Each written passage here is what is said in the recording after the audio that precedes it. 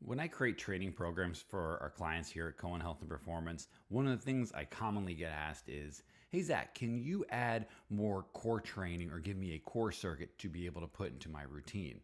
And look, I get it. We all want nice looking abs and want to do the fun exercises that we see on Instagram that involve crunches and twists and things along that nature. But I often find that we don't really train our core as effectively as we could in line with how it actually functions. What I mean by that is we have to start thinking about what the core or our trunk actually does and how it actually supports our body. So, the way our core is designed and our abs specifically are designed is they are meant to manage the pressures that we create internally that we use to hold ourselves up against gravity. The analogy and the way I think of this is if you think of like a used car dealership and you think of those sort of wacky waving inflatable arm flailing tube people that are in front of the dealership, they're held up by pressure, right? Pressure in the form of air.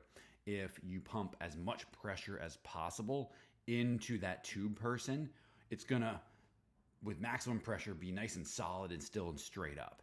But if we want that tube person to be able to be upright but also sort of flow in the air, we have to let a little bit of air out so that it can bend and move with the wind. Of course, if we let all the air out, it's just going to collapse. Well, we hold ourselves up by building pressure in a similar fashion.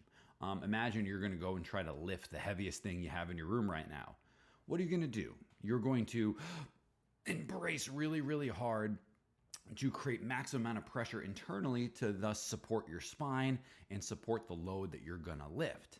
Now, of course, we don't function like that on a day-to-day basis because that's not a very sustainable strategy and really a smart strategy to just be walking down the street. If you look at the different exercises that we have listed on our YouTube page, you'll notice that we are training the abs in a variety of different ways. We may have some drills that focus on its ability to reposition the pelvis. So that this way we can have our pelvis in more of an optimal position for sport, exercise, or whatever function we have that we're about to do.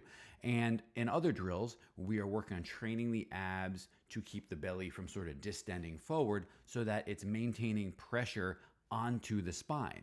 So, for example, in a body saw exercise, which is a pretty challenging one, the tendency is to allow the belly to drift towards the ground.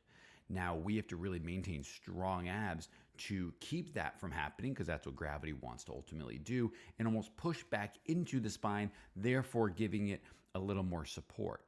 What we don't want is what you might often see in the gym when you see somebody do an exercise like a plank, where their belly's sort of sagging towards the ground and they're really leaning on their low back and essentially holding themselves up using their lower back. So ultimately, when it comes down to core training, we need to be aware of the position that our body is in. And also, we should be aware that every exercise that we're doing to train our abs and to train our core doesn't have to be your traditional crunches or planks or whatever you may think of when you think of core training. For example, if you do a squat really, really effectively, you can really light up your abs. If you need, again, more examples of different things you can implement into your routine, take a look at our YouTube page. You'll have plenty to work from.